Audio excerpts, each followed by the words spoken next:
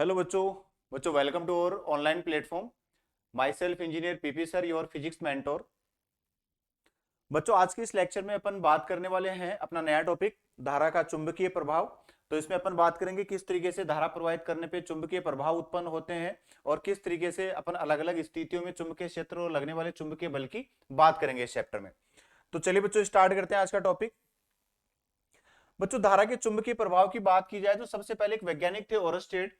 तो वैज्ञानिक ओरस्टेड ने बताया था कि भाई किसी भी चालक में यदि धारा प्रवाहित की जाती है तो उसके चारों ओर एक चुंबकीय क्षेत्र उत्पन्न हो जाता है। तो किसी भी धारावाही चालक के चारों ओर चुंबकीय क्षेत्र उत्पन्न हो जाता है। ये चीज बताई थी बच्चों किसने? वैज्ञानिक ओरस्टेड ने। चुंबकीय क्षेत्र तब तक विद्यमान रहेगा जब तक कि तार में धारा प्रवाहित की जाएगी। तो ओरस्टेड ने क्या बताया कि भाई कोई भी एक चालक तार है जिसमें धारा प्रवाहित की जाए तो उसके चारों ओर चुंबकीय क्षेत्र उत्पन्न होगा, और जब तक उस तार में धारा प्रवाहित रहेगी तब तक उसके चारों ओर वो चुंबकीय क्षेत्र मौजूद रहेगा। अगर प्रवाहित धारा उसमें विपरीत दिशा में कर दी जाए तो बच्चों चुंबकीय क्षेत्र की दिशा भी विपरीत हो जाती है, चुंबकीय क्षेत्र की दिशा भी बदल दी जाती है। तो ये ओरस्टेड ने बताया था अपने प्रयोग के आधार पर। अगर बच्चों एक गतिमान आवेश की बात की जाए तो गतिमान आवेश विद्युत क्षेत्र के साथ साथ चुंबकीय क्षेत्र भी उत्पन्न करता है। तो ध्यान रखिए, जैसे अपन ने स्थिर विद्युतिकी में बात करी थी स्थिर आवेश की, तो स्थिर आवेश केवल और केवल उत्पन्न करता है विद्युत क्षेत्र, जबकि गतिमान आवेश जो है ये चुंबकीय क्षेत्र और विद्युत क्षेत्र दोनों उत्पन्न करता है। यहां पर दोनों उत्पन्न होते हैं इसकी वजह से। तो चलिए बच्चों बात करते हैं सबसे पहले बायो सावर्ट नियम। तो बायो और सावर्ट दो अलग अलग वैज्ञानिक थे। उन्होंने बच्चों किसी धारावाही चालक तार में प्रवाहित धारा के कारण से चुंबकीय क्षेत्र का यहां पर व्यंजक दिया। तो क्या बताया बायो सावर्ट ने कि कोई भी धारावाही चालक तार है जिसके कारण किसी बिंदु पर चुंबकीय क्षेत्र आप कैसे निकालते हो। तो इसके लिए देखिए,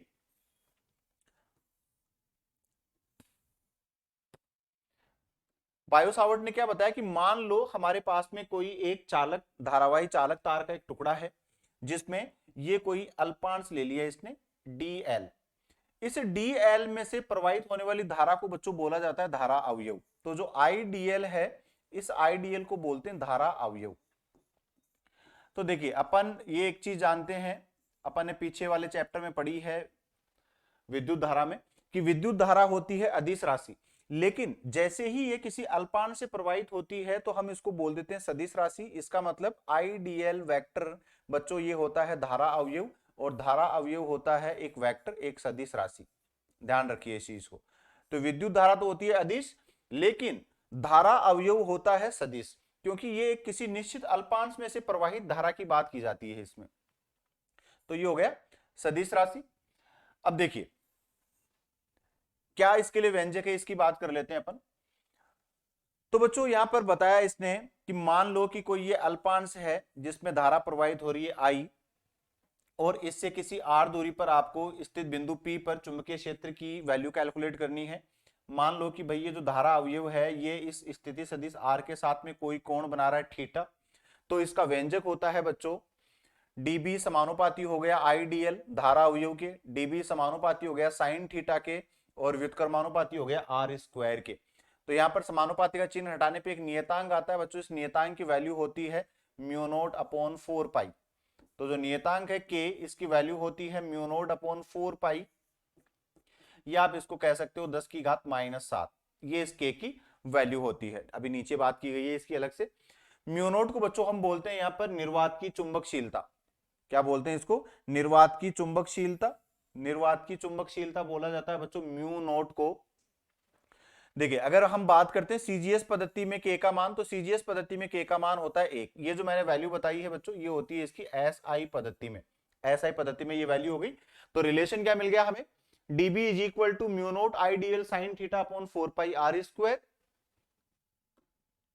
चलिए बच्चों अपन बात करते हैं यहां पर के। तो के लिए देखिए म्यू नोट अपॉन 4 पाई इसकी वैल्यू हुई। चुंबकीय क्षेत्र के लिए हम ऐसा ही मात्रक बच्चों यूज करते हैं टेस्ला। चुंबकीय क्षेत्र का ऐसा ही मात्रक होता है टेस्ला। अन्य मात्रकों की बात करें हम म्यू नोट के लिए तो देखिए क्या हो गए ये हेनरी प्रति मीटर, न्यूटन प्रति एम्पियर स्क्वायर, या टेस्ला मीटर अपॉन एम्पियर। ये आप यहां से इसके फॉर्मूले से निकाल सकते हो। जो हमने फॉर्मूला पढ़ा है dB is equal to mu naught I DL sine theta upon 4 pi r square. तो बच्चों यहां से आप बता सकते हो म्यू नोट, तो म्यू नोट क्या हो गया यहाँ पर, dB into 4 pi r² upon IDL sine theta. तो देखिए जो साइन थीटा है ये तो होता है यहाँ पर विमाहीन राशि हो गई। अब इसकी बात करें हम यहाँ पर, विमाहीन मात्रकहीन राशि हो गई। चुंबकीय क्षेत्र हो गया बच्चों टेस्ला में, तो चुंबकीय क्षेत्र की बात करें तो ये हो गया आपका टेस्ला में। r² हो गया मीटर स्क्वायर, नीचे धारा हो गई एम्पियर, और dl हो गया आपका मीटर। तो 1 मीटर से मीटर कैंसिल आउट हो गया, तो हमने क्या यूनिट बोली इसकी, tesla metre upon ampere, tesla metre upon ampere. तो इसी तरीके से आप इसके और अन्य मात्रक भी यहां पर देख सकते हो कि भाई क्या क्या मात्रक होते हैं म्यू नोट, या आप बोल सकते हो निर्वात की चुंबकशीलता के लिए। बायो-सावर्ट नियम के अलग अलग रूप, हम सदिश रूप में इसकी बात करें तो देखिए बच्चों सदिश रूप में किस किस तरीके से बायो-सावर्ट नियम हो सकता है। अभी पीछे अपन ने बात करी, मैंने आपको एक चीज बताई कि भाई जो थीटा कोण है ये थीटा कोण होता है आईडीएल मतलब धारा अवयव और स्थिति सदिश आर के मध्य। तो हम इसको सदिश रूप में जब दर्शाते हैं तो देखिए सदिश रूप में ये हो गया डीबी वेक्टर, सदिश रूप में हो गया ये dB vector is equal to mu naught upon 4 pi I DL vector cross r vector upon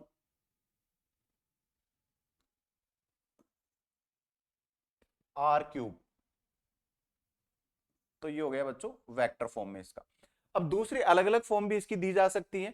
अगर इसको मैं आर कैप के पदों में दूं तो बच्चों एक रिलेशन अपने को पता है कि भाई यूनिट वेक्टर होता है vector upon its magnitude, unit vector होता है इकाई सदिश होता है सदिश बटा सदिश का परिमाण।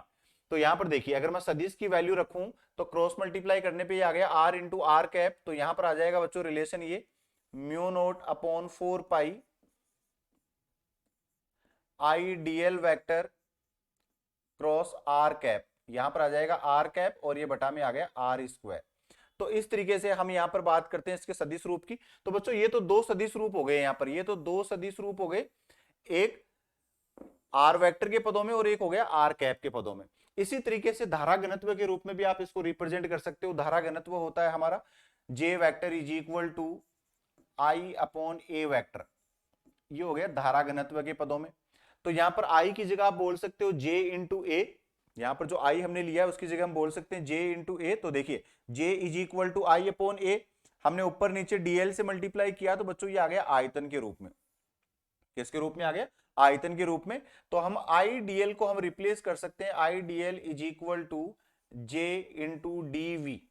डीवी हो गया बच्चों यहां पर अल्प आयतन।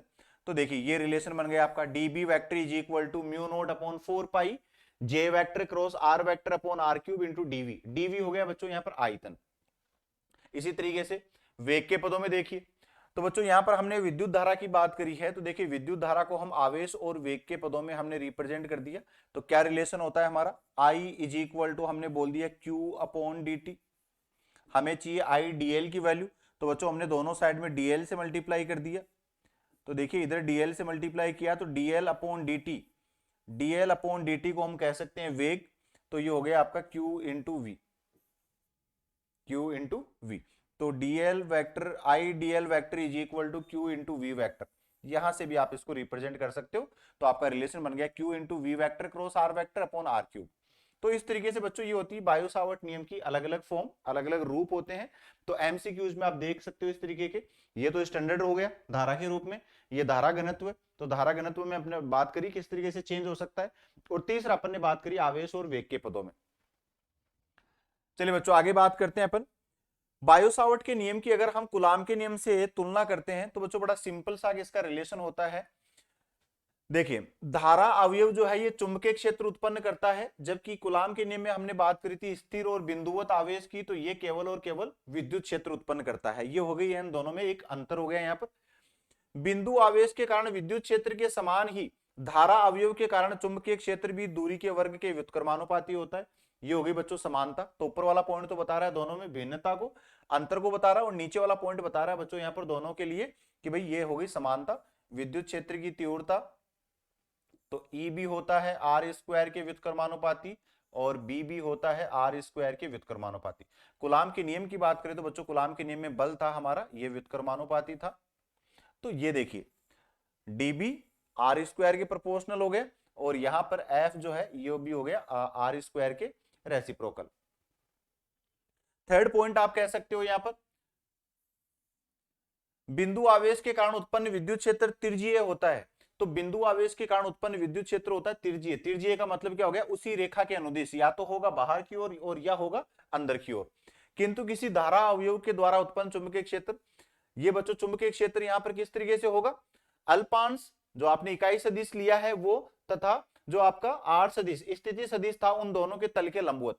तो देखिए इन दोनों के तल के लंबवत होगा यहां पर विद्युत चुंबकीय क्षेत्र। चलिए बच्चों नेक्स्ट अपन बात करते हैं कि चुंबकीय क्षेत्र की दिशा देने के लिए कौन कौन से नियम होते हैं। तो बड़े सिंपल से कि यहाँ पर नियम है। मैं सबसे पहले बात करूं मैक्सवेल का दक्षिणावर्ती पेंच का नियम। तो मैक्सवेल ने क्या बोला कि भाई एक पेच है मान लो कोई, और इस पेच को अगर हम पेचकस की सहायता से इसको या तो हम ढीला करें या इसको हम टाइट करें, तो पेचकस से जब इसको घुमाया जाएगा तो इसके घूर्णन की जो दिशा है, इसके घूर्णन की जो दिशा है, यदि उसको हम बोल दें धारा प्रवाहित होने की दिशा, तो इस पेज के आगे बढ़ने की दिशा, अगर हम इसको टाइट करें तो ये अंदर जाएगा, या इसको हम ढीला करें तो ये आएगा बाहर। तो इसके अंदर या बाहर जाने की जो दिशा है वो दर्शाएगी चुंबकीय क्षेत्र की दिशा को। तो बड़ा सिंपल सा कॉन्सेप्ट है, क्या बताया मैंने कि पेज के घूमने की दिशा अगर बताएगी धारा की दिशा को, तो पेज के अंदर जाने या बाहर आने की जो दिशा है वो बताएगी आपको चुंबकीय क्षेत्र की दिशा। तो ये सिंपल चीज आपको यहां पर ध्यान रखनी है। इसी तरीके से दाएं हाथ के अंगूठे का नियम। तो बच्चों दाहिने हाथ का अंगूठे का नियम क्या कहता है कि भाई दाहिने हाथ में किसी चालक तार को, किसी धारावाही तार को इस तरीके से पकड़ना है कि अंगूठा हो आपका धारा की दिशा में। तो मान लो कि इस पेन का जो निब है इसकी दिशा में मैं मान रहा हूं धारा, तो ये अंगूठे को मैंने ले लिया धारा की दिशा में, और अब जिस भी पृष्ठ पे आप चुंबकीय क्षेत्र की दिशा निकाल रहे हो उस तरफ आप उंगलियां रखो और उंगलियां मोड़ोगे। मान लो मैं इस तरफ निकाल रहा हूं दाईं तरफ, तो उंगलियां मैंने दाईं तरफ रख ली, तो उंगलियां मैंने मोड़ी तो उंगलियां जा रही है कागज के तल के लंबवत अंदर की ओर, तो लंबवत अंदर की ओर हो गया चुंबकीय क्षेत्र। अगर इधर वाले पृष्ठ पे निकालना है तो देखो बच्चों ये तार को मैंने ले लिया कुछ इस तरीके से, अंगूठा आ गया धारा की दिशा में, और ये उंगलियां अब देखो किस तरफ आ गई, बाहर की तरफ। उंगलियां मोड़ी तो ये आ गई लंबवत बाहर की ओर। तो इस तरीके से हम बात करते हैं यहां पर चुंबकीय क्षेत्र की दिशा की, किसके नियम से, दाहिने हाथ के अंगूठे के नियम से। बच्चों ये नियम था। इस दाहिने हाथ के अंगूठे के नियम को हम दो भागों में विभाजित करते हैं, एक लेते हैं हम सीधे तारों के लिए, तो अभी जो मैंने बताया सीधे तारों के लिए हो गया। अगर हम बात करें धारावाही वर्ताकार लूप के लिए, तो मान लिया कि ये कोई वर्ताकार लूप है, इस वर्ताकार लूप में ये हो गई आपकी धारा की दिशा। तो ये दाहिने हाथ का नियम ही क्या बोलता है कि भाई अब की बार क्या करो, इस धारावाही वर्ताकार लूप में जो धारा प्रवाहित हो रही है इस धारा की दिशा में तो मोड़ दो उंगलियां दाहिने हाथ की। तो दाहिने हाथ की उंगलियां आपने मोड़ दी धारा की दिशा में, तो अंगूठा जिस तरफ रहेगा ये बताएगा आपको चुंबकीय क्षेत्र की दिशा। तो अंगूठा आया यहाँ पर बाहर की ओर, इसका मतलब इसके अंदर चुंबकीय क्षेत्र हो गया बच्चों लंबवत बाहर की ओर। तो लंबवत बाहर की ओर चुंबकीय क्षेत्र को दर्शाते हैं डॉट से, और लंबवत अंदर की ओर को दर्शाते हैं बच्चों क्रॉस से। ये यहां पर चुंबकीय क्षेत्र को दर्शाने का तरीका होता है। इसी तरीके से बच्चों हम बात करते हैं दाहिने हाथ की हथेली का नियम। तो दाहिने हाथ की हथेली क्या कहती है कि दाहिने हाथ को इस प्रकार फैलाएं कि अंगुलियां उस बिंदु की ओर रहें जिस पर चुंबकीय क्षेत्र की दिशा ज्ञात करनी है, एवं अंगूठा चालक तार में बहने वाली धारा की दिशा हो।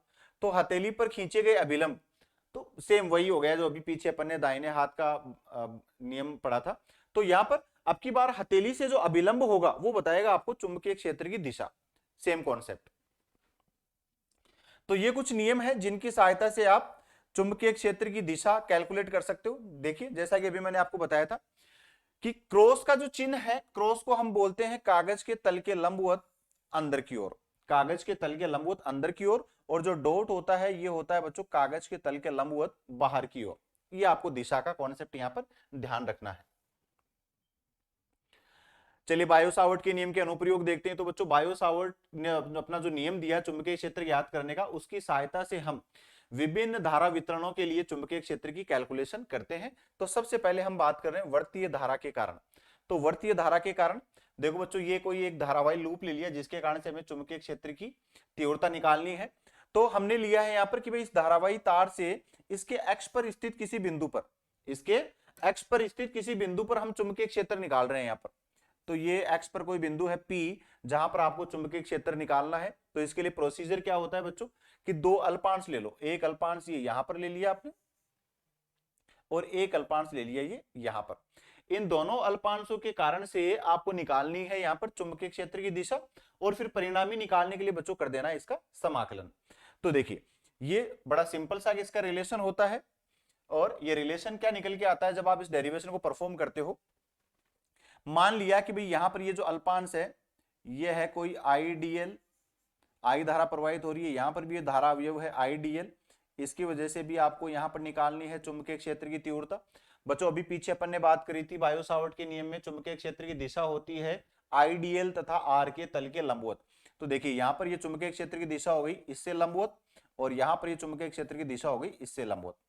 अगर आप इन दोनों कोण को बोलते हो समान है फाई फाई, तो बच्चों यहां पर आपको ऊर्ध्वाधर और क्षैतिज घटक करने होते हैं। तो ये कोण भी आ गया आपका फाई और ये वाला कोण भी आ गया फाई।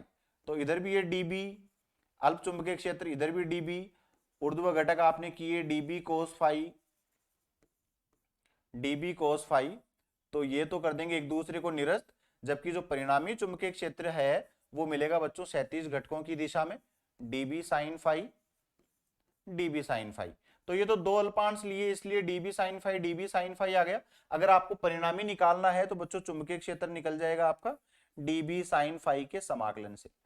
साइन फाई की वैल्यू आप किसी भी एक त्रिभुज से, चाहे तो ऊपर वाले से चाहे नीचे वाले से आप निकाल के और इसको कैलकुलेट करते हो तो बच्चों फाइनल रिलेशन आपका निकल के आता है बी एक्स इज या B X is equal to mu naught, अगर इसमें फेरों की संख्या हम बोलते हैं कि एन है तो mu naught N I R square upon 2 into R square plus X square की पावर 3/2, ये रिलेशन निकल के आता है। तो ये बड़ा सिंपल सा डेरिवेशन होता है यहाँ पर। अभी जो मैंने समझाया इस तरीके से आप इसकी कैलकुलेशन कर सकते हो और ये निकल के आएगा आपका फाइनल संबंध B axis is equal to mu naught N I R square upon 2 into R square plus X square की पावर 3/2, जहां पर आर तो है इस धारावाही वर्ताकार लूप की त्रिज्या और एक्स है इसके केंद्र से दूरी, कहां पर, इसके एक्स पर स्थित। तो ये इस तरीके से बच्चों अपन ने कैलकुलेशन करी है। अब यहां पर कुछ विशेष स्थितियां अपन देखते हैं। तो विशेष स्थितियों पर बच्चों अपन नजर करें तो पहली विशेष स्थिति मैंने मान ली यहां पर कि भाई हम निकाल रहे हैं x इज इक्वल टू 0 दूरी। तो अगर ये जो बिंदु P आपने x दूरी पर लिया है, ये बिंदु P यहीं पर हो इसके केंद्र पे, तो बच्चों दूरी x की वैल्यू हो जाएगी 0। इसका मतलब x इज इक्वल टू 0 पर हम है कुंडली के केंद्र पर। तो जैसे ही आपने इस ऊपर वाले रिलेशन में x की जगह 0 रखा तो देखिए बच्चों नीचे यहां पर बच गया आर क्यूब, ऊपर आर स्क्वायर है तो नीचे एक आर बच गया और फाइनल संबंध बच गया आपका mu naught N I upon 2r। तो बच्चों ये चुंबकीय क्षेत्र होता है किसी भी धारावाही कुंडली के केंद्र पर, कितना हो गया mu naught N I upon 2r, और ये होता है अधिकतम। अगर हम एक फेरे वाली कुंडली की बात करें तो यहां पर n की वैल्यू 1 हो जाएगी और ये बन जाएगा आपका mu naught I upon 2r। तो कुंडली के केंद्र पर, एक फेरे वाली कुंडली के केंद्र पर चुंबकीय क्षेत्र हो गया mu naught I upon 2r, जहां पर I इसमें प्रवाहित होने वाली धारा है और R है इस कुंडली की त्रिज्या। बच्चों सीजीएस पद्धति में देखिए यहां पर अगर हम बात करें सीजीएस पद्धति में तो म्यू नॉट अपॉन 4 की वैल्यू होती है 1। अभी जैसे पीछे मैंने बताया था कि भाई सीजीएस पद्धति में के इज इक्वल टू होता है 1 और के की वैल्यू होती है क्या म्यू नॉट अपॉन 4, ये होता है बच्चों सीजीएस पद्धति में। तो केंद्र पर क्या हो गया ये 2 pi I upon R, mu naught upon 4 की जगह क्या रख दिया 1 रख दिया, तो सिर्फ ये बच गया आपके पास में, इतना संबंध बच गया सिर्फ। चलिए बच्चों ये अपन ने बात करी, एक विशेष स्थिति की बात करी। दूसरी स्थिति देखते हैं अपन। दूसरी स्थिति बच्चों आपसे पूछ सकता है कि केंद्र और एक्स पर चुंबकीय क्षेत्र का अनुपात क्या होगा। तो अभी देखिए अपन ने केंद्र पर तो निकाला चुंबकीय क्षेत्र, केंद्र पे चुंबकीय क्षेत्र निकाला B C is equal to mu naught N I upon 2r, ये तो निकाला हमने केंद्र पे। और एक्स पे अपन ने निकाला B axis is equal to, हमने चुंबकीय क्षेत्र निकाला mu naught N I R square upon 2 into R square plus X square की पावर 3/2। तो इसमें इसका डिवीजन जब हम करते हैं तो बच्चों देखो क्या बन जाएगा, यहां पर ये वाला रिलेशन आ जाएगा बी केंद्र अपॉन बी एक्स पे आपको मिल जाएगा 1 plus X square upon are square की पावर 3/2। ये संबंध मिल गया आपको। दूसरा देखिए, यदि x की वैल्यू आपको बोल दी जाए प्लस माइनस ए, तो यहां पर x की वैल्यू हम बोल दें प्लस माइनस ए, यहां पर त्रिज्या, अभी a यहां पर त्रिज्या है, जो पीछे मैंने r ली थी वो यहां पर a ले ली है कि a यहां पर आपकी त्रिज्या है, तो x की जगह अगर आप रखते हो प्लस माइनस a, तो बच्चों आपका चुंबकीय क्षेत्र निकल के आता है 2√2ba। तो BC is equal to 2√2ba। अगर x इज इक्वल टू आप रखते हो प्लस माइनस a/2, तो बच्चों BC की वैल्यू बन गई 5√5/8 इंटू BA। a मतलब जितनी दूरी पर आपने निकाला है ये। तो ये कुछ इस तरीके के संबंध यहां पर हैं जो आप इजीली कैलकुलेट कर सकते हो यहां से। चलिए बच्चों नेक्स्ट अपन बात करें, यदि x की वैल्यू r की तुलना में बहुत कम है, मतलब बहुत नजदीक किसी बिंदु पर हम चुंबकीय क्षेत्र निकालने जा रहे हैं, तो बच्चों बी एक्स और बी केंद्र पर चुंबकीय क्षेत्र समान नहीं होगा। द्विपद प्रमेय से हम यहाँ पर X square upon are square की उच्च घातों की यहाँ पर अवहेलना कर देंगे, उनको हम नगण्य ले लेंगे, तो हमारा संबंध बन जाएगा यहाँ पर B X is equal to B केंद्र into 1 minus 3/2 X square upon are square. ये बन जाएगा बच्चों यहाँ पर संबंध। देखिए बच्चों अगली स्थिति देखें, बी एक्स ग्राफ। अगली स्थिति में बच्चों हम बी चुंबकीय क्षेत्र का दूरी एक्स के साथ में ग्राफ देखना चाह रहे हैं। तो देखिए बड़ा सिंपल सा इसका ग्राफ बनता है, ये रहा, ये हम ग्राफ बनाते हैं यहां पर। तो x is equal to 0, Y axis पे तो है आपका चुंबकीय क्षेत्र, x एक्सिस पे ये है आपकी दूरी x जो केंद्र से है। x इज इक्वल टू 0 का मतलब ये हो गया कुंडली का केंद्र, उस वर्ताकार कुंडली का केंद्र। अभी अपन ने बात करी इसके केंद्र पे चुंबकीय क्षेत्र होता है अधिकतम, इसको हमने बोल दिया BC। और अब x की वैल्यू चाहे हम प्लस में चाहे माइनस में, क्योंकि स्क्वायर है, जैसे भी वैल्यूज लेंगे तो इसका ग्राफ ये डिक्रीजिंग आएगा, घटते हुए आएगा। दो स्थितियां आपको इस ग्राफ पे ऐसी मिलती है जहां पर चुंबकीय क्षेत्र की वैल्यूज होती हैं समान, और ये स्थितियां होती है बच्चों x is equal two plus minus r/2। इन्हें बोलते हैं हम नतीय परिवर्तन बिंदु। नतीय परिवर्तन बिंदु, या इनको आप बोल सकते हो बच्चों वक्रता परिवर्तन बिंदु। ये a और a' दो ऐसे बिंदु हैं जहां पर ग्राफ की वक्रता परिवर्तित होती है, इसलिए इनको बोलते हैं वक्रता परिवर्तन बिंदु या शून्य वक्रता बिंदु। तो इन स्थितियों पर चुंबकीय क्षेत्र की वैल्यू, अभी देखिए पीछे अपन ने बात करी थी b, अगर हम कैलकुलेट कर दें प्लस माइनस r/2 दूरी पे, तो बच्चों ये आपका चुंबकीय क्षेत्र निकल के आता है 8/5√5 इंटू BC। केंद्र पर चुंबकीय क्षेत्र का 8/5√5 गुना ये चुंबकीय क्षेत्र होता है, और या इसको आप कह सकते हो 0.716 गुना इंटू BC। तो आप तीन तरीके से इसको रिप्रेजेंट कर सकते हो, या तो कह सकते हो 8/5√5 गुना होता है केंद्र का, या कह सकते हो 0.716 गुना होता है, और या इसको कह सकते हो 71.6% होता है ये केंद्र पर चुंबकीय क्षेत्र का। तो देखिए अभी ये जो चीज नतीय परिवर्तन बिंदुओं की और डिटेल में मैंने यहाँ पर बात करी है, इन बिंदुओं पर क्या हो गया dB/dx नियत, मतलब ग्राफ का ढाल यहाँ पर नियत है। इसका मतलब d²b/dx² 0 हो गया। मतलब यहाँ पर आपको क्या देखना है कि ये वक्रता परिवर्तित हो रही है, इससे पहले वक्रता कुछ थी और इसके बाद में वक्रता कुछ अलग है, इसलिए इन बिंदुओं को बोला जाता है नतीय परिवर्तन बिंदु या वक्रता परिवर्तन बिंदु। इन बिंदुओं के बीच की दूरी कुंडली की त्रिज्या के बराबर होती है, तो दिख ही रहा है यहां से ये माइनस r/2, ये r/2, तो माइनस r/2 से प्लस r/2 की बीच की ये जो दूरी है ये बच्चों होगी त्रिज्या के बराबर r है यहाँ पर वर्ताकार कुंडली की त्रिज्या। इन बिंदुओं का अनुप्रयोग हेल्महोल्ट्ज कुंडलियों में होता है। तो इस कॉन्सेप्ट का यूज करके और हम पढ़ते हैं हेल्महोल्ट्ज कुंडलियां, जो एक समरूप चुंबकीय क्षेत्र उत्पन्न करने के लिए प्रयुक्त की जाती हैं।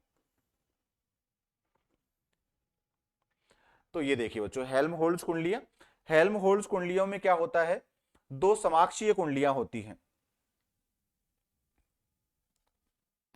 दो समाक्षीय कुंडलियां होती हैं, और इन दो समाक्षीय कुंडलियों की एक ऐसी व्यवस्था होती है जिनकी त्रिज्याएं होती है समान। तो बच्चों क्या होता है ये देखिए नीचे डायग्राम में रिप्रेजेंट किया हुआ है, दो समाक्षीय कुंडलियां होती हैं, समाक्षीय मतलब जिनकी एक्स समान हो, इनको हमने माउंट कर दिया, यहां पर हमने फिक्स कर दिया, दोनों में धारा की दिशा होगी समान, दोनों की त्रिज्याएं होंगी समान, और दोनों को इस प्रकार व्यवस्थित किया जाता है कि दोनों के बीच की जो दूरी है इनकी त्रिज्याओं के तुल्य होगी। तो इनके बीच की दूरी त्रिज्या के तुल्य होगी। ये कुंडलियां एक समान चुंबकीय क्षेत्र, अभी जैसा कि मैंने बताया था कि भाई हेल्महोल्ट्ज कुंडलियों का उपयोग क्यों किया जाता है, एक समान चुंबकीय क्षेत्र उत्पन्न करने के लिए। तो एक समान चुंबकीय क्षेत्र उत्पन्न करने के लिए प्रयुक्त किया जाता है दोनों कुंडलियों के बीच में इन्हें जोड़ने वाली रेखा के मध्य बिंदु पर, इन्हें जोड़ने वाली रेखा के मध्य बिंदु पर चुंबकीय क्षेत्र होता है बच्चों 8/5 √5 गुणा BC, जो मैंने अभी पीछे बताया था आपको। तो ये 0.716 म्यू नॉट Ni/r, या आप कह सकते हो कि यहाँ पर हेल्महोल्ट्ज कुंडली में इस मध्य बिंदु O पर जो चुंबकीय क्षेत्र होता है ये होता है बच्चों 1.432 गुणा BC, 1.432 गुणा BC, ये होता है यहाँ पर चुंबकीय क्षेत्र। दोनों कुंडलियों में धारा प्रवाह समान दिशा में, तो ये चीज अभी मैंने बताई कि समान दिशा में धारा प्रवाहित होती है, एक्स दोनों की समान होती है, त्रिज्याएं दोनों कुंडलियों की यहाँ पर समान होती है, और दोनों के बीच की जो दूरी है ये भी त्रिज्याओं के समान होती है। तो देखिए बच्चों कुछ इस तरीके का यहाँ पर आपको ग्राफ ये रिलेशन मिलता है, ग्राफ ये संबंध आपको मिलता है, ये मिल गया आपको।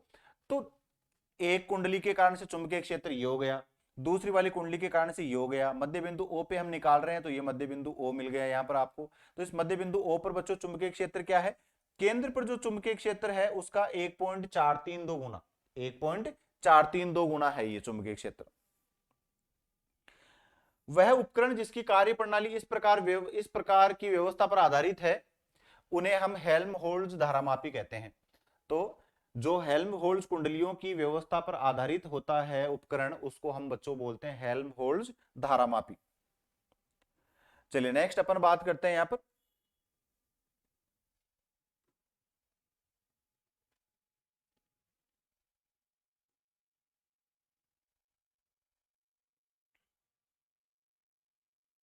तो देखिए बच्चों नेक्स्ट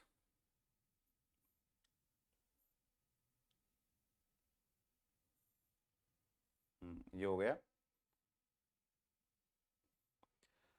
अब नेक्स्ट अपन बात करते हैं, ये तो हमने संपूर्ण कुंडली की बात कर ली, अब हम बात करते हैं चाप की, कि अगर धारा का प्रवाह किसी वर्ताकार चाप में हो तो उसके कारण से कैसे चुंबकीय क्षेत्र निकलता है। तो ये कुछ स्थितियां यहां पर दिखाई है मैंने, इनके लिए हम बात करेंगे कि कैसे चुंबकीय क्षेत्र निकालता है। तो बच्चों एक जनरल स्टैंडर्ड फॉर्मूला यहां पर अपन बात करते हैं, बायो सावर्ट के नियम में हमने बात करी थी कि भाई dB इज इक्वल टू होता है mu naught IDL sine theta. तो स्टैंडर्ड रिलेशन में बताता हूं, यहां पर रटने की कोई जरूरत नहीं है, ये हो गया 4πr², ठीक है, इस वाले रिलेशन से। अच्छा एक चीज यहां पर जहां कहीं भी आप कोई अल्पांश लेते हो, मान लो कि भाई यहां पर ये कोई आपने अल्पांश लिया, ये और ये जो दूरी r है ये बच्चों हमेशा होती है लंबवत, तो यहां पर थीटा की वैल्यू तो होगी 90 डिग्री। एक चीज थीटा होता है यहां पर 90 डिग्री हमेशा ही, तो dB इज इक्वल टू ये हो गया mu naught IDL upon 4πr²। एक तो स्टैंडर्ड तरीका हो गया आपका ये वाला। दूसरी चीज, अब जब भी आप किसी वर्ताकार लूप के लिए चुंबकीय क्षेत्र निकालते हो तो या तो आप यहां से कह सकते हो ये डीएल, क्या बोल दिया आपने भाई, ये यहां से यहां तक कोई अल्पांश है तो इसको आपने बोल दिया कोई चाप बोल दिया, ये डीएल, ठीक है। और तो कोण बराबर होता है चाप बटा त्रिज्या, तो एक तो आप ये कह सकते हो भाई D theta is equal to हो गया डीएल अपॉन आर, तो डीएल इज इक्वल टू आप कह सकते हो आर इंटू डी थीटा। तो अगर संपूर्ण चुंबकीय क्षेत्र आपको निकालना है तो बी इज इक्वल टू हो गया बच्चों ये mu naught I upon 4πr², और ये ऊपर आ गया आर और इंटीग्रेशन डी थीटा।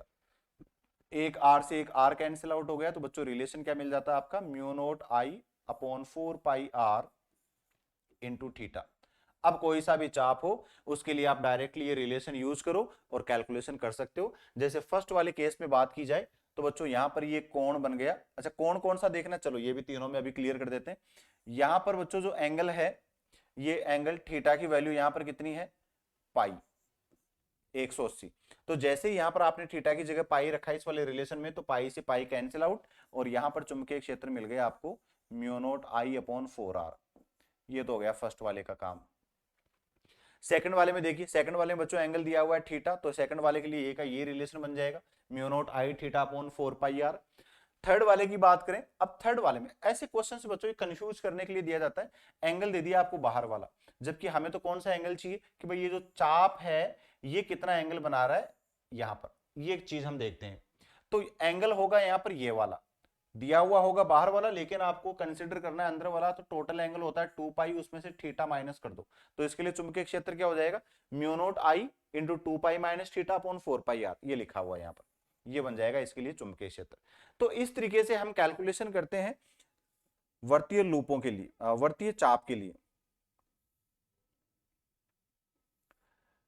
विशेष परिणाम, यदि किसी धारावाही वर्ताकार कुंडली के केंद्र पर चुंबकीय क्षेत्र mu naught upon 4 pi into 2 pi I upon R द्वारा व्यक्त किया जाए, तब एक चाप जो केंद्र पर थीटा कोण बनाता है उसको हम रिप्रेजेंट करेंगे B naught upon 2 pi into theta से। B naught upon 2 pi into theta, B naught की वैल्यू क्या हो गई यहाँ पर, mu naught I upon 2 R, mu naught I upon 2 R. तो इस तरीके से आप ये स्टैंडर्ड रिलेशन ध्यान रख सकते हो। अदरवाइज अभी मैंने जो स्टैंडर्ड फॉर्मूला बताया आपको रटने की कोई जरूरत नहीं बच्चों, यहाँ पर सीधा आप रिलेशन यूज करो, mu naught I theta upon 4 pi R और वैल्यू रखो। अब यहाँ पर ये देखिए अलग अलग स्थितियों में बात की हुई है, तो आप यहां से इजीली कैलकुलेट कर सकते हो, नो नीड टू मेमोराइज, आपको इनको रटने की जरूरत नहीं है। नेक्स्ट अपन बात करते हैं संकेंद्रीय वर्तीय लूप। अगर वर्तीय लूप संकेंद्रीय रूप में हो तो उनके लिए किस तरीके से आप चुंबकीय क्षेत्र निकालते हो, तो यहां पर बच्चों मैंने दो एग्जांपल के माध्यम से ये चीज समझाई है। सबसे पहले समतलीय एवं समकेंद्रीय। समतलीय एवं समकेंद्रीय, समतलीय का मतलब हो गया कि दोनों लूप एक ही केंद्र में है और इनका केंद्र भी कैसा है, उभयनिष्ठ। दोनों लूप एक ही तल में है और उभयनिष्ठ केंद्र है। तो ये दो स्थितियां ली हैं। एक में तो दो लूप हैं जिनकी त्रिज्याएं R1 R2 दी हुई हैं और दोनों में धारा I है और समान दिशा में प्रवाहित हो रही है। तो बच्चों देखिए यहाँ पर समान दिशा में धारा प्रवाहित होंगी तो परिणामी चुंबकीय क्षेत्र, ये देखिए यहाँ पर एंटी क्लॉकवाइज लिया है मैंने, तो एंटी क्लॉकवाइज के लिए चुंबकीय क्षेत्र आ गया बाहर की ओर, दोनों के लिए समान दिशाओं में होगा। तो चुंबकीय क्षेत्र आपने निकाला। धारावाही लूप के लिए चुंबकीय क्षेत्र होता है mu naught I upon 2R। तो 2R अंदर वाले के लिए अगर मैं R1 लेता हूं तो बाहर वाले के लिए हो गया बच्चों ये R2, तो mu naught I upon 2R2। अगर हम म्यू नॉट आई कॉमन ले लें यहाँ पर, म्यू नॉट आई अपॉन 2, तो ये आ गया 1/R1 प्लस 1/R2। तो ये तो बन गया बच्चों समान दिशा में, और अगर विपरीत दिशा में हो तो माइनस हो जाएगा। बस सिंपल सी चीज आपको ध्यान रखनी है, एक के लिए ये, एक के लिए अंदर और एक के लिए बाहर, तो माइनस कर दो। बस ये चीज आपको ध्यान रखनी है संकेंद्रीय लूपों के लिए। असमतलीय एवं संकेंद्रीय, अब असमतलीय हो मतलब दोनों के तल तो अलग अलग हो और दोनों के केंद्र समान हो, जैसे ये वाली स्थिति दे दी, तो दोनों इस स्थिति में हो गई बच्चों लंबवत। एक के लिए चुंबकीय क्षेत्र हो गया ये इस स्थिति में, किस वाले के लिए हुआ, ये फर्स्ट वाले के लिए जो ऊर्ध्वाधर इस वाले तल में है, इसके लिए हो गया ये, और जो क्षैतिज तल में है उसके लिए हो गया ये वाई डायरेक्शन में। तो दोनों के लिए चुंबकीय क्षेत्र हो गए यहाँ पर परस्पर लंबवत। तो इनका परिणामी निकालने के लिए आप कॉन्सेप्ट यूज करोगे बच्चों, b is equal to root of b1 square plus b2 square. ये रिलेशन आपने यूज कर लिया। यहां पर देखिए r दोनों की त्रिज्याएं समान हैं लेकिन दोनों में प्रवाहित होने वाली धाराएं अलग अलग हैं, तो बच्चों ये रिलेशन आप डायरेक्टली ध्यान रख सकते हो, म्यू नोट अपॉन 2r, और ये आ जाएगा root of i1 square plus i2 square. कई बार यहां पर एमसीक्यूज में पूछ लिया जाता है, ये ऑब्जेक्टिव सवालों में पूछ लिया जाता है, तो ये आपको रिलेशन ध्यान रखो तो अच्छी बात है, अदरवाइज तो आप यहां से कैलकुलेट कर सकते हो। अगली अपन बात करते हैं, तो ये सब तो बच्चों अब तक अपन ने बात करी कि अगर धारावाही लूप हो तो उसके लिए किन किन स्थितियों पर चुंबकीय क्षेत्र आप कैसे कैसे कैलकुलेट करते हो, कैसे कैसे आप वहां पर विशेष स्थितियां देखते हो। अब हम बात करते हैं कि सरल रेखीय धारावाही तार अगर हमें दिया हुआ है तो उसके लिए चुंबकीय क्षेत्र कैसे निकलेगा। तो मान लो बच्चों ये हमारे पास में कोई एक सरल रेखीय तार है जिसमें धारा प्रवाहित हो रही है ये ऊपर की ओर आई, और इससे हमें किसी दूरी पर बिंदु P पर आपको चुंबकीय क्षेत्र निकालना है। तो बच्चों यहां पर दो स्थितियां होती हैं। दो स्थितियां कौन कौन सी हैं, एक तो ये जो बिंदु P पर है दोनों सिरे इस तार के कितना कोण बना रहे हैं, φ1 φ2, इसके पदों में आप आंसर बता सकते हो। और एक ये तार यहां पर कितना कोण बना रहा है किसके साथ में, इन स्थिति सदिशों के साथ में। तो यहां पर दोनों स्थितियों में देखिए फॉर्मूले आपको क्या ध्यान रखने, अगर मैं φ1 φ2 के पदों में बात करूं तो बच्चों इस लंबे और सीधे तार के लिए चुंबकीय क्षेत्र होता है mu naught I upon 4 pi R into sine φ1 plus sine φ2। ये तो हो गया φ1 φ2 के पदों में, साइन φ1 प्लस साइन φ2, अगर ये वाले कोण आपको दिए हुए हैं। और अगर आपको यहां पर तार इन दूरियों के साथ में जो कोण बना रहा है ये आपको दिया हुआ हो अल्फा बीटा, तो बच्चों ये रिलेशन बन जाएगा b is equal to mu naught I upon 4 pi R, और ये हो गया यहाँ पर cos alpha minus cos beta. यहां से आप कैलकुलेट कर सकते हो अल्फा अल्फा φ1 में आप रिलेशन देख सकते हो, यहाँ पर देखिए alpha plus 90 plus φ1 is equal to 180, तीनों एंगल्स का सम 180 होगा यहाँ पर। तो आप बता सकते हो अल्फा प्लस φ1 बराबर हो गया बच्चों 90, हमें चाहिए यहाँ पर φ1, तो φ1 इज इक्वल टू आप बोल दोगे 90 माइनस एल्फा। तो यहाँ से तो रिलेशन आ गया φ1 और एल्फा में, तो यहाँ पर φ1 की वैल्यू आप रखते हो 90 माइनस एल्फा, तो sine 90 minus alpha, sine 90 minus alpha आ गया बच्चों पहले चतुर्थांश में, और 90 डिग्री है तो साइन बदल जाएगा कोस में, तो पॉजिटिव होगा और कोस में होगा, तो ये रख दिया हमने कोस एल्फा। इसी तरीके से ये वाला देखो, इस वाले त्रिभुज में ये 90 डिग्री, ये φ2, तो ये बाह्य कोण हो गया बीटा, इसका मतलब φ2 प्लस 90। हमें ये एक प्रॉपर्टी पता है त्रिभुज की कि किसी भी त्रिभुज के दो अंतः कोणों का योग तीसरे बाह्य कोण के बराबर होगा, तो ये हो गया बच्चों बराबर बीटा के। तो यहां पर हमें φ2 निकालना है, तो φ2 इज इक्वल टू हो गया बीटा माइनस 90। तो बच्चों इसको आप माइनस कॉमन लेके आप लिख सकते हो 90 माइनस बीटा। तो अब इसको आप लिखो यहाँ पर φ2 की वैल्यू रखते हो तो साइन माइनस थीटा की वैल्यू होती है बच्चों माइनस साइन थीटा, और फिर वापस से पहले चतुर्थांश में आ गया तो ये हो जाएगा कोस बीटा, तो माइनस का कोस बीटा। इस तरीके से ये रिलेशंस आप कैलकुलेट कर सकते हो यहाँ पर। अब देखिए क्वेश्चंस यहाँ पर किस तरीके से अलग अलग स्थितियों में और हम बात करें, तो देखिए बच्चों ये विभिन्न स्थितियां अपन देख लेते हैं यहाँ पर इसके लिए। तो तीन अलग अलग स्थितियों की अपन बात करते हैं। पहली वाली स्थिति, यदि रेखिक चालक तार निश्चित लंबाई का है एवं बिंदु P इस तार के लंबवर्धक पर स्थित है। ये हमने बात कर ली कि भाई एक निश्चित लंबाई का चालक तार है और जो बिंदु P है इसके लंबवर्धक पे है, लंबवर्धक पे है तो बच्चों दोनों कोण बन जाएंगे यहाँ पर समान, दोनों कोण हो जाएंगे समान। तो अब ये रिलेशन क्या बन जाएगा, रिलेशन बन गया बच्चों जो आपका फॉर्मूला था उसमें φ1 φ2 की वैल्यू रख दो फाइव, तो आपका इस वाले सिचुएशन में रिलेशन बनता है b is equal to mu naught I upon 2 pi R into sine phi, ये बन गया सीधा आपका रिलेशन। इसी तरीके से दूसरी स्थिति देखिए, दूसरी स्थिति में बोल दिया कि भाई रेखीय चालक तार है, ये एक्स वाई अनंत लंबाई का है। अब बच्चों अनंत लंबाई का चालक तार होगा तो इनके सिरे कभी भी बिंदु P से मिलते हुए प्रतीत नहीं होंगे, इसका मतलब ये ऐसा हमें फील होगा, ऐसा हम एक्सपीरियंस करेंगे कि भाई φ1 और φ2 दोनों ही कहीं अनंत पे जाके मिलेंगे। इसका मतलब φ1 is equal to φ2 is equal to 90 degree, दोनों ही कोण ये बनेंगे यहाँ पर 90-90 के, क्योंकि अनंत लंबाई का है तो कहीं ना कहीं अनंत पर मिलते हुए प्रतीत होंगे। तो हम फॉर्मूले में अगर दोनों जगह 90 रखें तो साइन 90 प्लस साइन 90 हो गया बच्चों 2, और यहाँ पर अनंत लंबाई के तार के लिए चुंबकीय क्षेत्र की वैल्यू मिलती है mu naught I upon 2 pi R, ये होती है अनंत लंबाई के चालक तार के कारण चुंबकीय क्षेत्र की तीव्रता। तीसरी देखिए कि तार जो है ये अनंत लंबाई का है एवं जो बिंदु P है तार के एक सिरे के नजदीक स्थित है, तो एक सिरे से चल रहा है ये और अनंत लंबाई का है। इसका मतलब अब की बार क्या हो गया कि अगर मैं किसी यहाँ पर एक कोण की बात करता हूं तो एक कोण तो हो गया 90 डिग्री और दूसरा वाला कोण बन गया यहाँ पर 0 डिग्री। तो अगर मैं φ1 की बात करता हूं तो φ1 तो हो गया बच्चों 90 डिग्री और φ2 की वैल्यू बन गई 0 डिग्री। तो हमारे फॉर्मूले में अगर हम φ1 90 डिग्री रखते हैं और φ2 को 0 रखते हैं तो हमारा रिलेशन निकल के आता है mu naught I upon 4 pi R. ये तब बात करते हैं हम जब तार अनंत लंबाई का हो और बिंदु P जो है वो किसी एक सिरे से किसी दूरी पर स्थित हो। तो ये बच्चों अलग अलग विशेष स्थितियां हमने बात करी है जब धारा का प्रवाह हो किसी सीधे चालक तार में। देखिए अब एक और चीज, मान लीजिए कि भैया आपका तार रखा हुआ है और इसी के अनुदिश किसी बिंदु पर आपको चुंबकीय क्षेत्र की वैल्यू कैलकुलेट करनी हो, तार के अनुदिश ही, तो बच्चों इस स्थिति में यहां पर चुंबकीय क्षेत्र की वैल्यू होती है 0। किसी भी चालक किसी भी धारावाही तार के अनुदिश चुंबकीय क्षेत्र की वैल्यू होती है 0। दो सरल रेखीय एवं समांतर धारावाही चालक तारों में यदि समान दिशा में धारा बहे तो इनके बीच परिणामी चुंबकीय क्षेत्र हमेशा ही 0 होगा। बड़ा सिंपल सा कॉन्सेप्ट है ये, मान लो इस तरीके से कि ये दो समांतर धारावाही तार हैं और दोनों में समान धारा और समान दिशा में प्रवाहित हो रही है, आई आई बोल दी, तो इनके मध्य बिंदु पर, तो बच्चों मध्य बिंदु पर हमेशा ही चुंबकीय क्षेत्र देख लीजिए, यहां से इसके कारण से आपने चुंबकीय क्षेत्र निकाला तो लंबवत अंदर की ओर और इसके कारण निकाला तो लंबवत बाहर की ओर, दूरियां समान है, धाराएं समान है, तो दोनों के लिए चुंबकीय क्षेत्र परिमाण में समान और दिशा में विपरीत होने के कारण इस वाले बिंदु पर क्या मिल जाएगा आपको 0।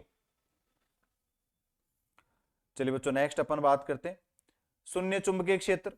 अब इसी तरीके से जीरो मैग्नेटिक फील्ड कहां कहां होगा, तो बच्चों देख लीजिए अगर आपको इस तरीके का निकाय दिया हुआ हो जो आकृति में सममित हो, आकृति में सममित हो और धारा एक सिरे से प्रवेश करके दूसरे सिरे से बाहर निकल जाए, एक सिरे से प्रवेश करके दूसरे सिरे से बाहर निकल जाए, तो ऐसे समस्त आकृतियों के केंद्र पर चुंबकीय क्षेत्र की वैल्यू हमेशा 0 होगी। जैसे बोल दिया है पहले वाला, धारा एक तरफ से आई और दूसरी तरफ से बाहर निकल गई तो केंद्र पर परिणामी चुंबकीय क्षेत्र बन गया बच्चों 0।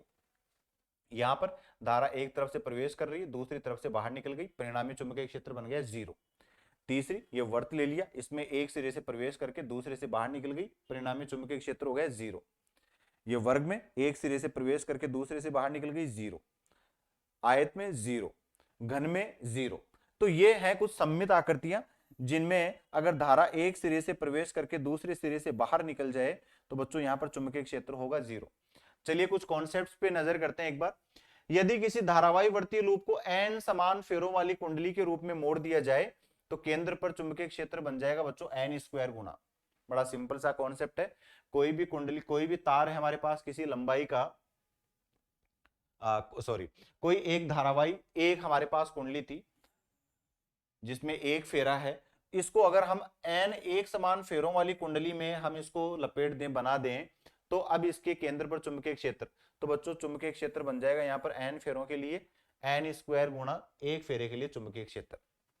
इसी तरीके से यदि किसी धारावाही वर्ताकार कुंडली को पृथ्वी के चुंबकीय क्षेत्र में स्वतंत्रता पूर्वक लटकाया जाए तो इसका तल पूर्व पश्चिम दिशा में ठहरेगा। ये चुंबकीय क्षेत्र, जब भी हम किसी धारावाही कुंडली को, धारावाही वर्ताकार कुंडली को पृथ्वी के चुंबकीय क्षेत्र में लटका दिया जाए ऊर्ध्वाधर, तो बच्चों हमेशा ये ठहरता है कौन सी दिशा में? पूर्व पश्चिम दिशा में। किसी गतिमान आवेश के द्वारा उत्पन्न चुंबकीय क्षेत्र, तो बच्चों ये अपन बात कर चुके अभी पीछे बायो सावर्ट के नियम से, mu naught upon 4 pi q into we vector cross r vector upon r cube. यदि एक इलेक्ट्रॉन आर त्रिज्या की किसी वृत्तीय कक्षा में वी चाल से चक्कर लगाता है तो कक्षा के केंद्र पर चुंबकीय क्षेत्र, तो बच्चों कक्षा के केंद्र पर चुंबकीय क्षेत्र हो जाएगा यहाँ पर mu naught 4 pi EV upon are square. तो अब की बार यहाँ पर आई की जगह बच्चों हमने बोल दिया ई इंटू वी, ये हो गया हमारा। चलिए कुछ क्वेश्चंस देखते हैं किस पैटर्न के क्वेश्चंस बनते हैं यहाँ पर। जैसे बच्चों पहला ही क्वेश्चन बोल दिया, किसी क्षैतिज पावर लाइन में धारा उत्तर की ओर बहती है तो तार के ठीक ऊपर स्थित बिंदु P पर चुंबकीय क्षेत्र, तो ये लो भाई यहाँ पर आप निकाल सकते हो दाहिने हाथ के अंगूठे के नियम से, धारा बह रही है यहाँ पर उत्तर की तरफ, तो बिंदु P पर चुंबकीय क्षेत्र हो गया बच्चों ये इस दिशा में। तो बता सकते हो आप यहाँ से उत्तर की ओर, दक्षिण की ओर, पूर्व की ओर। तो यहाँ से देखिए ये धारा जा रही है आपकी उत्तर की ओर, तो चुंबकीय क्षेत्र बाहर मतलब पूर्व की ओर हो जाएगा बच्चों, यहाँ पर सी आंसर आ जाएगा यहाँ पर। तो दाहिने हाथ के अंगूठे के नियम से आप निकाल सकते हो इसको। नेक्स्ट देखिए, किसी धारावाही लूप के कारण उसकी एक्स पर स्थित बिंदु P पर चुंबकीय क्षेत्र B1 है, जबकि इसकी केंद्र से इतनी ही दूरी पर किसी बिंदु Q पर चुंबकीय क्षेत्र B2 है, तो B1 अपॉन B2। बड़ा सिंपल कैलकुलेशन से आप निकाल सकते हो बच्चों यहाँ पर। तो ये कुछ इसी तरीके के क्वेश्चंस हैं जो आप इजीली बच्चों यहाँ पर कैलकुलेट कर सकते हो, जो अभी अपन ने पीछे बात करी है इनके कॉन्सेप्ट्स में। निम्न चित्र में तार B से कितनी दूरी पर परिणामी चुंबकीय क्षेत्र 0 होगा? तो ये बच्चों यहाँ पर इस वाले तार में 5I धारा दे रखी है, इस वाले तार में 2I दे रखी है। आप यहाँ से बता सकते हो कि चुंबकीय क्षेत्र कितनी दूरी पर निकलेगा, इसके कारण से निकाल दो। किसी x दूरी ले लो इससे कि x दूरी पर हो गया, तो इस वाले से बच्चों ये दूरी हो जाएगी 6 - x। दोनों के लिए B1 B2 की वैल्यू कैलकुलेट करो और इनका जो परिणामी है वो क्या हो जाना चाहिए 0, तो आपको दूरी मिल जाएगी यहाँ पर x।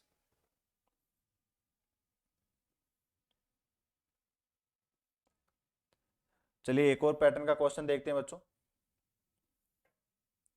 निम्न धारा वितरण के कारण बिंदु P पर परिणामी चुंबकीय क्षेत्र का मान क्या होगा? तो यहाँ पर देखिए ये धारा बोल दी आपको लंबवत बाहर की ओर, यहाँ पर धारा बोल दी लंबवत अंदर की ओर, और बिंदु P पर आपको परिणामी चुंबकीय क्षेत्र पूछा है। तो बच्चों आप इजीली यहाँ पर कैलकुलेट कर सकते हो, जो अपन ने धारावाही तार के कारण चुंबकीय क्षेत्र निकाला था। तो इस बिंदु P पर परिणामी चुंबकीय क्षेत्र जैसे पहले भी अपन ने देखी है, इसके कारण ये बाहर, इसके कारण ये बाहर, तो यहाँ पर परिणामी क्या हो जाएगी, यहाँ पर दो अवयव हैं दोनों के कारण से, ये B sin theta, B sin theta दोनों के कारण से, तो परिणामी क्या होगी 2B sin theta. Sine theta की वैल्यू आप यहां से कैलकुलेट कर सकते हो और इजीली ये वैल्यू आप बता सकते हो। यहाँ पर एक धारावाही तार के कारण चुंबकीय क्षेत्र की वैल्यू होती है mu naught Ni upon 2R, mu naught Ni, n यहाँ पर कुछ दिया हुआ नहीं है तो n ले लोगे यहाँ पर आप 1, तो mu not I upon 2 pi R। तो ये कुछ इसी तरीके के क्वेश्चन है बच्चों जो बिल्कुल इजी पैटर्न के हैं, और भी अपन बात करेंगे इसमें नेक्स्ट लेक्चर में। तो आज के लेक्चर में बच्चों इतना ही। Thank you for watching the video. नए वीडियो में बच्चों अपन मिलेंगे नए टॉपिक के साथ में। Thank you.